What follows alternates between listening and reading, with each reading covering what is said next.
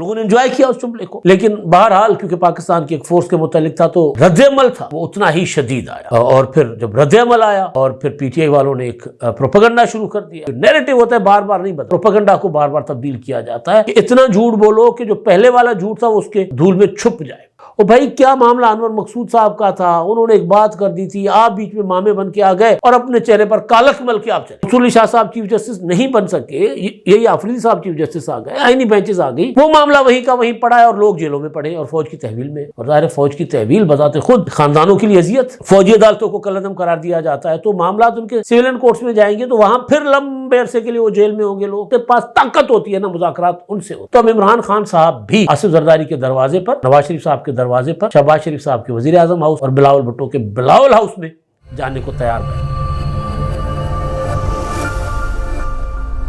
السلام علیکم، میں امداد عمرو۔ فوجی عدالتوں کے متعلق دو بڑے اہم فیصلے آ چکے ہوئے ہیں، ایک جرمانہ ہے سابق چیف جسٹس کو، اور یہ بذات خود ایک بڑی خبر ہے کہ سابق چیف جسٹس کو سپریم کورٹ کے آئینی بینچ نے جرمانہ کر دیا ہے۔ کیا جرمانہ ہوا اور کیوں جرمانہ کیا گیا، ایک تو اس پر بات ہوگی، اور فیصلے کیا دیے گئے ہیں سپریم کورٹ آف پاکستان کے آئینی بینچ کی طرف سے فوجی عدالتوں کو کالعدم قرار دیے جانے کے خلاف انٹرا کورٹ اپیل پر، اس کا معاملہ ہوگا۔ اور عمران خان صاحب اب سب کے ساتھ ہاتھ ملانے کو تیار ہیں، چاہے انسان ہو چاہے فرشتہ ہو، اور پھر انسان اور فرشتے کے بعد ایک اور بھی جو ہے وہ ہو سکتا ہے کردار، تو کسی کے ساتھ بھی عمران خان صاحب اب بیٹھنے کو تیار ہیں۔ تو یہ عمران خان صاحب کے اندر تبدیلی اچانک آئی ہے یا پھر آہستہ آہستہ عمران خان صاحب جو ہیں اس نتیجے پر پہنچے ہیں کہ اب مذاکرات کے علاوہ، سیاستدانوں کے ساتھ بیٹھنے کے علاوہ ان کے پاس کوئی آپشن نہیں ہے، یا پھر یہ ایک اور چال ہے عمران خان صاحب کی، کیونکہ اکثر عمران خان صاحب شاطرانہ چال چلتے ہیں، اور یہ بھی حقیقت ہے کہ خود ہی انہی شاطرانہ چالوں کا نشانہ بن جاتے ہیں، بلکہ وہ جو جال بچھاتے ہیں کسی اور کے لیے اس میں خود ہی پھنس جاتے ہیں۔ تو اب وہ جو جال بچھانے جا رہے ہیں عمران خان صاحب، اس میں وہ خود پھنسیں گے یا ان کے مخالفین پھنسیں گے، اس پر بات ہوگی۔ اور تحریک انصاف کا ایک جھوٹ تھا جس کا پردہ چاک کر دیا ہے، انہوں نے جن کے متعلق یہ جھوٹ بنایا گیا تھا یا جن کے حق میں جھوٹ بنایا گیا تھا، گھڑا گیا تھا جھوٹ، تو اس جھوٹ کا پردہ بھی ہو گیا فاش۔ تو آغاز میرا خیال ہے اسی جھوٹ کے پردے سے کرتے جو فاش ہوا ہے۔ معاملہ تھا انور مقصود صاحب کا، میں نے کل بھی ایک گزارش کی تھی، اور میں جس پائے کے وہ مزاح نگار ہیں، جس پائے کے وہ لیکھک ہیں، تو میں کوشش کرتا ہوں کہ اس طرح کے لوگوں کے اوپر بات نہ کروں، لیکن بہرحال کیونکہ وہ تذکرہ تھا آج کل ان کا بہت زیادہ، تو میں نے گزارش یہ کی تھی کہ انور مقصود صاحب جو ہیں وہ مزاح کے نام پر بہت کچھ کرتے رہتے ہیں، اور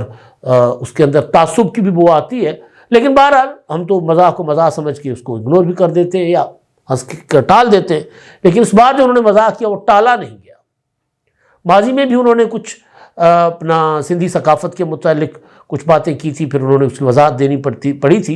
اور انہوں نے اس پر معافی بھی مانگی تھی۔ اور اب جو انہوں نے کیا نیوی کے متعلق، پاکستان کی بحریہ کے متعلق ایک تقریب میں کھڑے ہو کہ جی یہ تو ڈوب مرتے ہیں اور اتنے مطلب سب سے باغیرت فورس ہے وہ، تو بہرحال اس پر لوگوں نے لوگ ہنسے بھی، لیکن پھر لوگوں نے انجوائے کیا اس جملے کو، لیکن بہرحال کیونکہ پاکستان کی ایک فورس کے متعلق تھا تو جو اس کا رد عمل تھا وہ اتنا ہی شدید آیا، اور پھر جب رد عمل آیا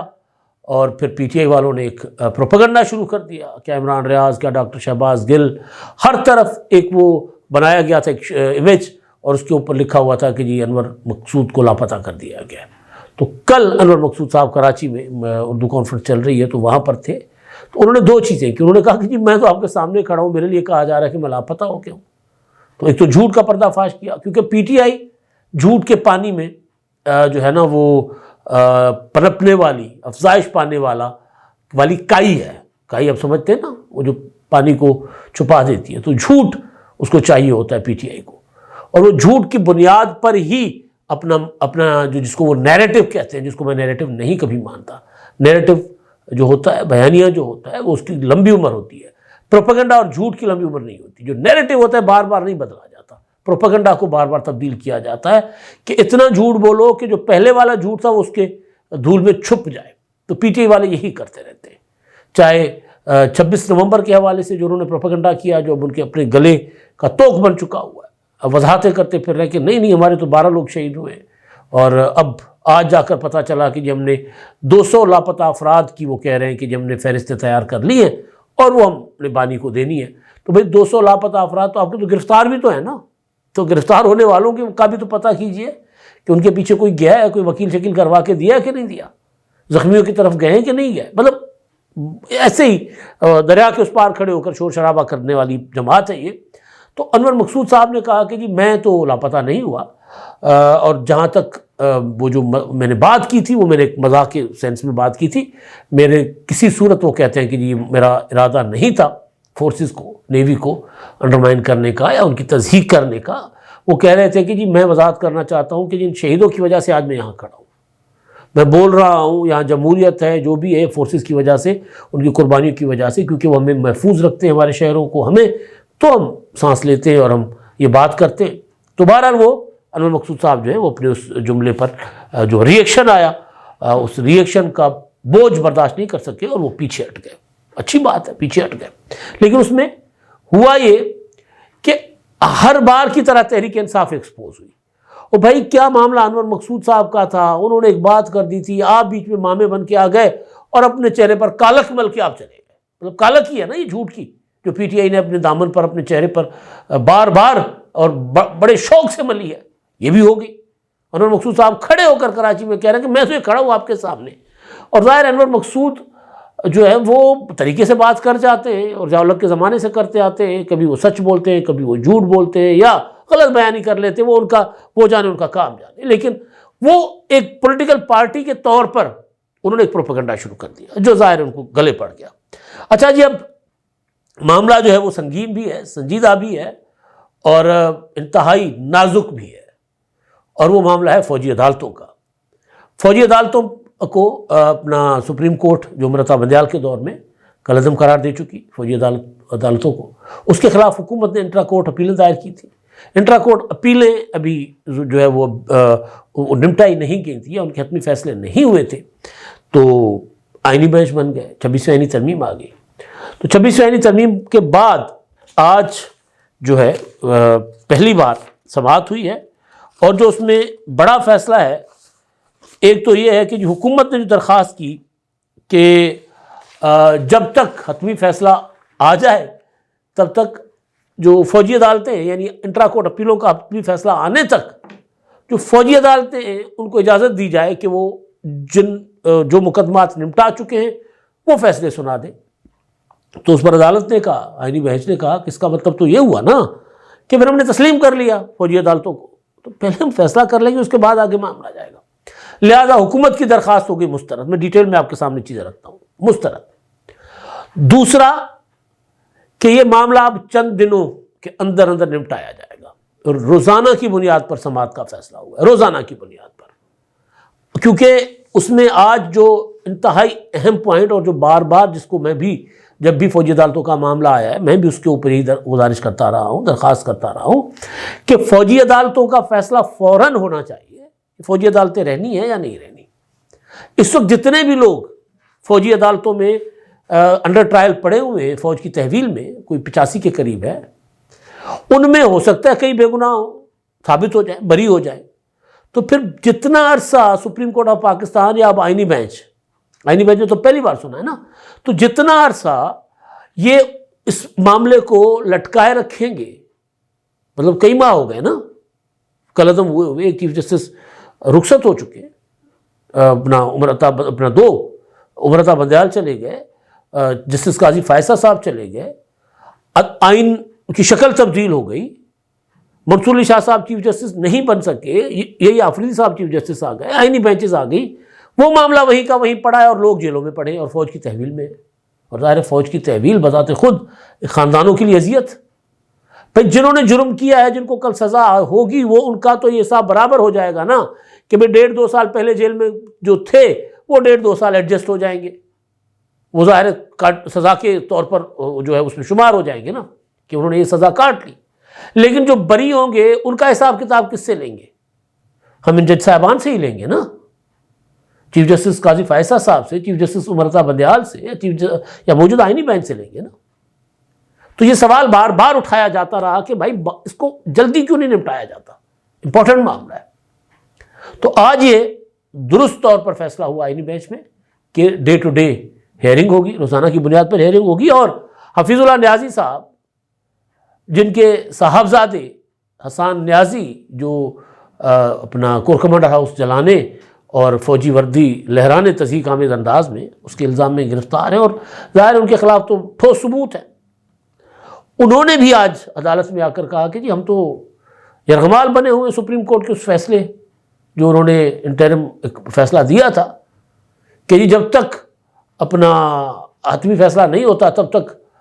جو اپنا فوجی عدالتیں ہیں وہ کارروائی جاری رکھے لیکن فیصلہ نہیں سنا سکتی، تو انٹرا کورٹ اپیلوں کا فیصلہ دے کر معاملہ ادھر ادھر کر لے۔ وجہ یہ ہے کہ اگر آج فوجی عدالتوں کو کالعدم قرار دیا جاتا ہے تو معاملات ان کے سویلین کورٹس میں جائیں گے، تو وہاں پھر لمبے عرصے کے لیے وہ جیل میں ہوں گے لوگ، اور اگر آج فوجی عدالتیں جو ہے وہ تسلیم کر لی جاتی ہیں، آئینی اور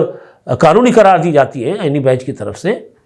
تو پھر فیصلے آ جائیں گے، تو پھر سزائیں ہوں گی، اور سزاؤں کے بعد اگلا دروازہ تو کھٹکھٹائیں گے نا،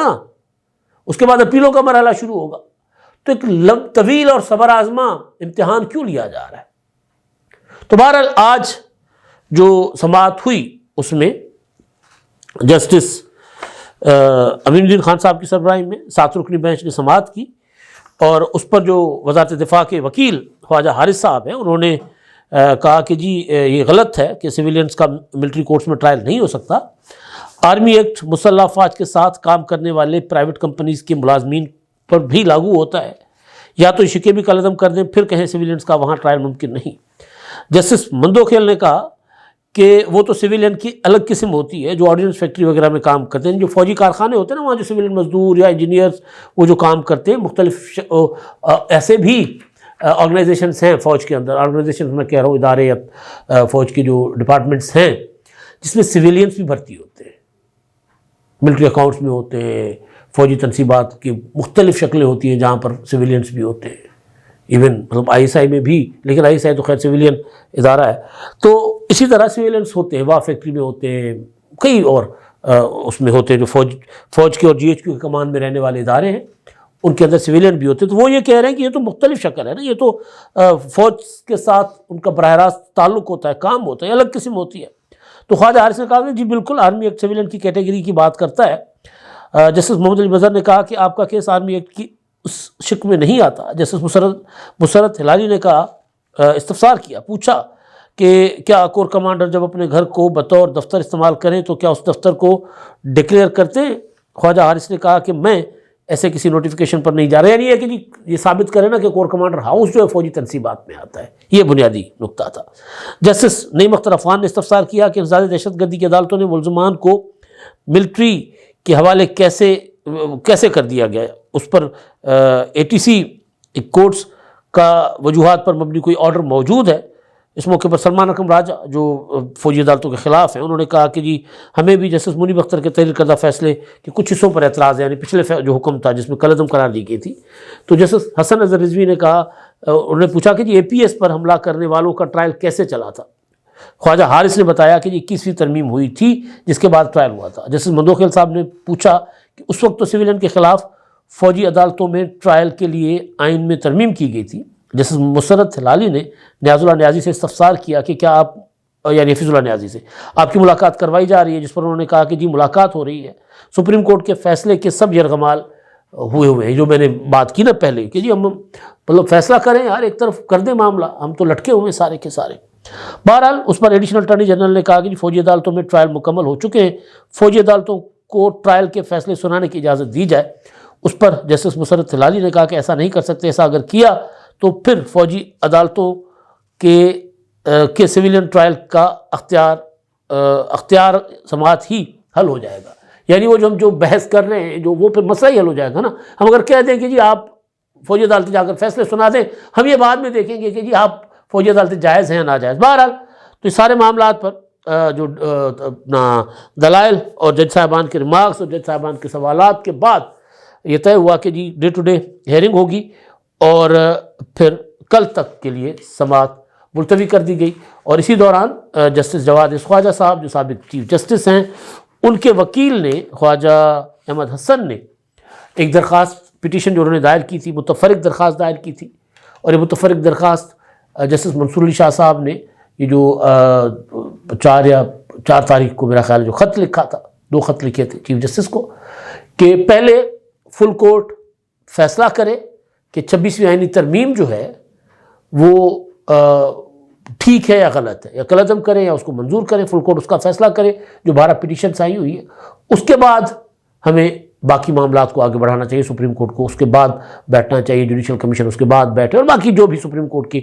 ججوں کا تقرر ہے اور مقدمات کی سماعت ہے آئینی، اس کے بعد اس کو دیکھا جائے. تو اسی طرز کی درخواست جسٹس جواد خواجہ صاحب، جنہوں نے فوجی عدالتوں کے خلاف پٹیشن دائر کی ہوئی تھی،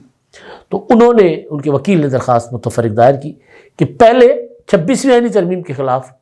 مقدمات کا فیصلہ ہونے دیں، اور جو پٹیشن سے ان کا فیصلہ ہونے دیں، تب تک یہ جو فوجی عدالتوں کے متعلق معاملات چل رہا ہے سماعت اس کی روک دی جائے، اس پر کارروائی نہ ہو، یعنی supreme court intra court appeals تب تک نہ سنے. تو اس پر ان کو جسٹس ہلال صاحبہ مدوخل صاحب نے ان سے پوچھا کہ آپ کا کوئی سگا عصم، کوئی آپ کے موکل کا کوئی قریبی عزیز، کوئی رشتہ دار ہے اپنے فوج کی تحویل میں؟ اور اس پر سرکاری وکلاء نے کہا کہ یہ ڈیلینگ ٹیکٹس استعمال کرتے آ رہے ہیں. اس پر پھر حفیظ اللہ نیازی صاحب نے بھی ان سے اتفاق کیا کہ یہ اس طرح نہیں ہونا چاہیے، معاملے کو نمٹائے، یا تو فوجی عدالتیں ہیں یا نہیں ہیں، یہ لٹکا کر نہ رکھیں، اس میں ظاہر خاندان متاثر ہوتے ہیں. تو بہرحال اس پر پھر جسٹس جواد خواجہ صاحب پر جو ہے وہ 20,000 روپے کا جرمانہ کیا گیا کہ جس طرح کی درخواستیں آپ لا کر عدالت کا وقت ضائع کر رہے ہیں،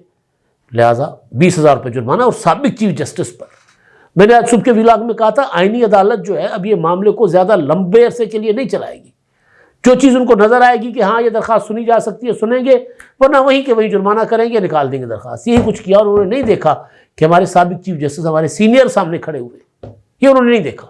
اور بہت قابل احترام باوقار آدمی ہے جسٹس جواد خواجہ صاحب. لیکن بہرحال سامنے پھر وہ والدین بھی ہیں، وہ اہل خانہ بھی ہیں، وہ لوگ بھی ہیں، وہ نوجوان جو پڑے ہوئے فوجی تحویل میں. تو ان کا کیا قصور ہے کہ جی کوئی درخواست گزارو؟ اور یہ بھی کہا گیا کہ جی ان کا کوئی بنتا ہے، کوئی یہ درخواست گزار جو ہے یہ فریق کس طرح بنتے ہیں. ایک عام پاکستانی کے طور پر تو بالکل ہر کسی کو حق ہے کہ اس طرح کی اگر کوئی فوجی عدالتیں ہیں اور اس میں سویلین کا ٹرائل ہونے جا رہا ہو تو اس کو جا کر چیلنج کریں. لیکن بہرحال یہاں مسئلہ یہ تھا کہ جی آپ اس کو ڈیلے کریں گے تو ان کا پرسنل نفع نقصان جو ہے وہ بھی تو دیکھا جاتا ہے نا، کہ جس کو نقصان ہو رہا ہوتا ہے، جس کا اپنا کوئی جیل میں ہوتا ہے تو وہ پریشان ہوتا ہے. تو بہرحال یہ معاملہ. اچھا جی، اب دوسری چیز جو تھی وہ پی ٹی آئی کی آج عمران خان صاحب سے ملاقات کے لیے جو ہے پی ٹی آئی کی لیڈرشپ پہنچی ہوئی تھی اڈیالہ جیل. ابھی تک تو اس کی خبر باہر نہیں آئی جب میں ولاگ کر رہا ہوں، لیکن اس کے بعد وہاں پر اڈیالہ میں عمر ایوب صاحب نے جو ہے وہ صحافیوں کے ساتھ گفتگو کی ہے اڈیالہ کے باہر، اور انہوں نے کہا ہے کہ جی مذاکرات کے متعلق سوال ہوا تھا تو انہوں نے کہا کہ جی ہم تو ہر کسی کے ساتھ مذاکرات کے لیے تیار ہیں، چاہے کوئی انسان ہو چاہے کوئی فرشتہ ہو. اب عمران خان صاحب نے ایک کمیٹی بنائی عمر ایوب کی سربراہی میں، اور کمیٹی بنا کر انہیں یہ ٹارگٹ دیا ہے کہ جی آپ جو ہے نا وہ حکومت سے مذاکرات کریں، ورنہ پھر 13 تاریخ کے بعد ہم سول نافرمانی کی تحریک کا اعلان کر دیں گے. پہلے عمران خان نے کہا تھا کہ 14 سے ہم شروع کر رہے ہیں، لیکن پھر کل پی ٹی آئی کی لیڈرشپ نے کہا کہ نہیں، 13 تک تو حکومت کے پاس ڈیڈ لائن ہے، اور اس کے بعد ہم 15 کو بیٹھیں گے، اور 15 کو بیٹھ کر ہم فیصلہ کریں گے کہ ہم نے کیا لاہ عمل اختیار کرنا ہے، کیا حکمت عملی دینی ہے ہم نے سول نافرمانی کی تحریک کے لیے. تو اس پر میں نے کہا تھا کل کہ پی ٹی آئی کی لیڈرشپ عمران خان صاحب کے وہ جو گرم لوہا ہے نا عمران خان صاحب نے پھینکا ان کی طرف، وہ اس کو پکڑنے کو تیار نہیں ہے، کیونکہ ان کو پتہ ہے کہ اس کا نقصان ہوگا. لیکن دوسری طرف عمران خان صاحب خود ہی تحریکی کال دے کر خود ہی مذاکرات کے لیے کمیٹی بناتے ہیں، اور پھر وہ ان کو کہتے ہیں کہ اسٹیک ہولڈرز کے ساتھ مذاکرات کریں. تو میں نے پہلے دن ہی کہا تھا کہ اسٹیک ہولڈرز کا مطلب یہ ہے کہ خان صاحب کی بس ہو گئی ہے، عمران خان صاحب سے جیل نہیں کاٹی جا رہی، اور اب عمران خان صاحب حکومت کے ساتھ بھی مذاکرات کرنے کو تیار ہیں. ورنہ وہ کہتے تھے کہ میں حکومت کے ساتھ، آصف زرداری نواز شریف کے ساتھ، بلاول بھٹو شہباز شریف کے ساتھ، ان کے ساتھ میں مذاکرات نہیں کروں گا. مذاکرات کروں گا تو army chief general Asim Munir کے ساتھ کروں گا. وجہ وہ یہ بتاتے تھے کہ جن کے پاس طاقت ہوتی ہے نا مذاکرات ان سے ہوتے ہیں. تو اب عمران خان صاحب بھی آصف زرداری کے دروازے پر، نواز شریف صاحب کے دروازے پر، شہباز شریف صاحب کے وزیر اعظم ہاؤس میں اور بلاول بھٹو کے بلاول ہاؤس میں جانے کو تیار بیٹھے، بےتاب بیٹھے ہوئے عمران خان صاحب. وجہ یہ ہے کہ جیل نہیں کاٹی جا رہی، اور ان کو اندازہ ہو رہا ہے کہ معاملات کس حد تک ان کے خراب ہو چکے ہوئے ہیں۔ ابھی فوجی عدالتوں کا معاملہ جب عدالت سے فیصلہ ہوگا سپریم کورٹ سے تو اس پر پتہ چلے گا کیا ہونا ہے، لیکن فیض حمید کے معاملات میں عمران خان صاحب کو جو سگنل مل رہے ہیں ان کے کورٹ مارشل سے، وہ کوئی اچھے سگنل نہیں ہے۔ اس سے عمران خان صاحب بہت زیادہ پریشان ہیں، بہت زیادہ گھبرائے ہوئے ہیں، اسی وجہ سے وہ اتاولے ہیں کہ کسی صورت حکومت جو ہے مذاکرات کرے، کسی صورت بیٹھ جائے، کوئی ایسا کوئی رستہ نکل آئے کہ حکومت کے ساتھ مذاکرات میں تھوڑا سا ریلیف مل جائے۔ اب دیکھتے ہیں مذاکرات ہوتے ہیں یا نہیں ہوتے۔ عمر ایوب نے تو کہہ دیا ہے کہ انسان ہو یا فرشتے، اب سب کے ساتھ مذاکرات کے لیے تیار ہیں۔ اب تک کے لیے اتنا ہی، اللہ حافظ۔